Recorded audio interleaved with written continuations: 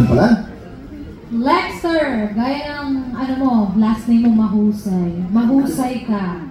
Binigyan mo ng fresh take para naging pang Gen Z bigla yung atake mo sa song. Satisfied naman po ako and I think nabigay ko po yung best ko.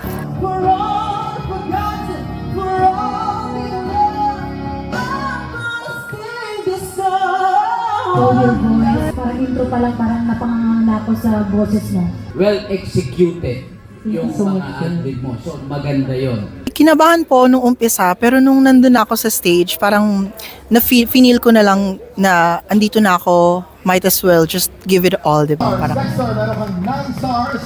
Beresh, meron kang 13 stars. Congratulations, Beresh! Ikaw ang hahamon sa kampiyon ngayon.